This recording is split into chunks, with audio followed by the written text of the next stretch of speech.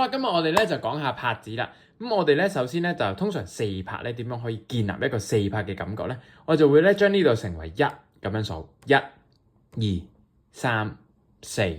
OK， 咁我哋咧就可以數一個咧，好似鼓咁樣啦，就係 boom 切卡切 boom 切卡 boom 切卡切 boom 切卡 boom。咁你就數到呢度咧，一定係1咯。